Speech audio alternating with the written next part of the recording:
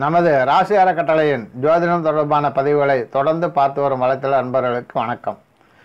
ராகு கேது பெயர்ச்சியினால் மகர ராசிக்காரர்களுக்கு என்ன பலன்கள் நடைபெறப் போகிறது என்பதை இப்போது பார்க்கலாம். ஹேவலம்பி ஆண்டு ஆடி மாதம் 11ஆம் தேதி 27/7/2017 வியாழக்கிழமை பகல் மணி 12:42க்கு மகர ராசிக்கு 8ஆம் இடமான சிம்ம ராசியிலிருந்து 7ஆம் இடமான கடக ராசிக்கு ராகு பகவான் பெயர்ச்சி ஆகிறார். அதே நேரத்தில் மகர ராசிக்கு 2ஆம் இடமான கும்பராசியிலிருந்து ஜென்ம ராசியான மகர ராசிக்கே கேது பகவான் இடம் மாறுகிறார். மகர ராசிக்கு 8இல் இதுவரை சஞ்சாரம் செய்த ராகு இனி ராசிக்கு 7இல் அமரப்போகிறார். இதுவரை இருந்த ராகுவால் ஒரு பிரச்சனை என்றால் இனி மாறப்போகும் ராகுவால் இன்னொரு பிரச்சனை. போதுமடா சாமி ஆளைவிடு என்று எங்கும் ஓடிவிட முடியாது. வினைப்பயன் என்பதை அனுபவித்தே தீர வேண்டும் அல்லவா?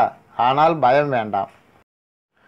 உடல்நல பாதிப்பு மற்றும் மருந்து மாத்திரைகளே வாழ்க்கை என்ற நிலை இனி மாறப்போகிறது. உடல் ஆரோக்கியம் சிறப்பாக இருக்கும்.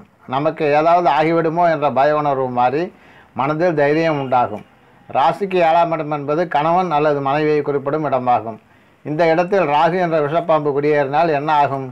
கணவன் மனைவிக்கு இடையே வீண் வாக்குவாதங்கள் ஏற்படும். ஏற்கனவே நடப்பது தானே என்று நினைக்கிறீர்களா? அது இப்போது இன்னும் கூடுதலாகும். சந்தேகங்கள் வீண் குழப்பத்தை ஏற்படுத்தும். இதெல்லாம் ராகுவின் வேலைதான் என்று எண்ணி பிரச்சனையை புரிந்து கொண்டு ஒற்றுமையுடன் இருந்தால் ராகுவை சமாளித்து விடலாம். நண்பர்கள் திடீரென பகைவர்கள் போல மாறுவார்கள். உங்களை யாரென்றே தெரியாதது போல இருப்பார்கள். திருமணம் ஆகாதவர்களுக்கு நிச்சயம் திருமணம் நடந்துவிடும். ராகு நிம்மதியாக இருக்க விட மாட்டார். மாணவர்களுக்கு மறதியும் குறுக்கோழி புத்திகளும் தோன்றும். கவனம் தேவை. வியாபாரிகளுக்கு லாபம் உண்டு என்றாலும் வாடிக்கையாளர்களிடம் ஏமாற நேரும் என்பதால் எச்சரிக்கையுடன் இருக்க வேண்டும்.